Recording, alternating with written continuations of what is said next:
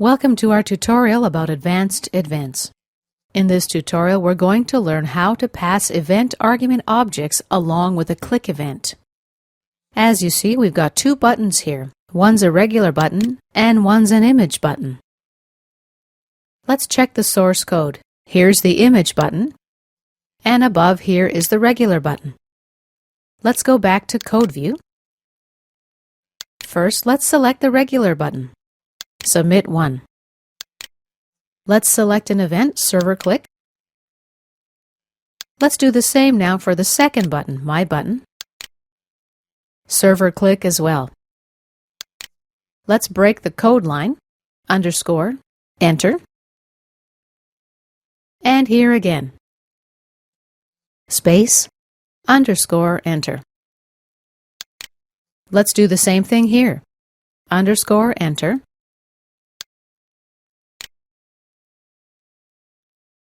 Space, underscore, and enter. Both of these events pass along argument E. But in the first example, E has no value. In the second case, the image click event argument is passed. This argument provides the X and Y properties representing the location where the image was clicked. Let's see how we can utilize this property. It's going to be txt1.value equals, and let's enter some text. You clicked at ampersand X equals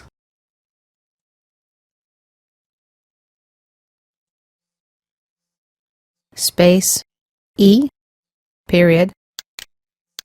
And now we can see the X and Y properties, which represent the X and Y coordinates as integers. Period, toString, space, amper, space, space, comma, space, double quotation, space, ampersand, space, E. Oops, we missed a double quotation mark. Period, and here we select Y. Period, toString. I forgot to enter Y here. Let me put that in.